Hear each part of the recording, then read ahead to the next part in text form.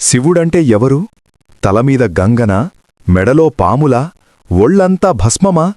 కాదు, అది నువ్వు చూస్తున్న రూపం మాత్రమే. నువ్వొంటరిగా ఏడుస్తున్నప్పుడు నీ కన్నీరు తుడిచే అమ్మ ఆయన. లోకం నిన్ను తొక్కేస్తున్నప్పుడు నీ వెన్నుముకై నిలబడే నాన్న ఆయన. అందరూ నిన్ను వదిలేసినా నేనున్నాను అని నీ గుండె చప్పుడులో పలికే నమ్మకం ఆయన. విషాన్ని మింగిన ఆ పరమశివుడు లోకాన్ని కాపాడాడు. నువ్వు నీ బాధని మింగి నీ కుటుంబాన్ని కాపాడుతున్నావు.